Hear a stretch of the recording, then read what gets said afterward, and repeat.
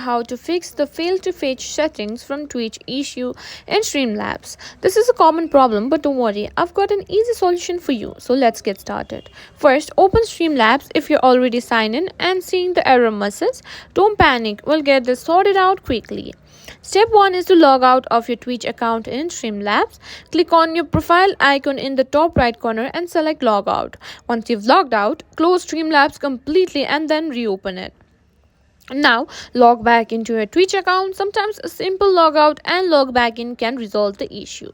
Step 2 is to make sure your internet connection is stable. A poor connection can cause Streamlabs to fail to fetch settings. Make sure you're connected to a reliable network. Step 3 is to reauthorize Streamlabs on Twitch. Go to the Twitch website and log in. Then click on your profile icon in the top right corner and go to settings. Then click on next. Select connections from the left-hand menu. Scroll down until you find Streamlabs in the list of connected apps. Click the disconnect button next to the Streamlabs. Now, step 4 is to make sure you're using the latest version of Streamlabs.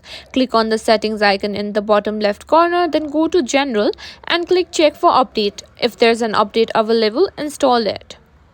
Keeping Streamlabs up to date, ensure you have the latest features and bug fixes. And that's it. By following the steps, you should be able to fix the fail to fetch settings from Twitch issue in Streamlabs. If you found this video helpful, please give it a thumbs up and don't forget to subscribe to our channel for more tutorials like this.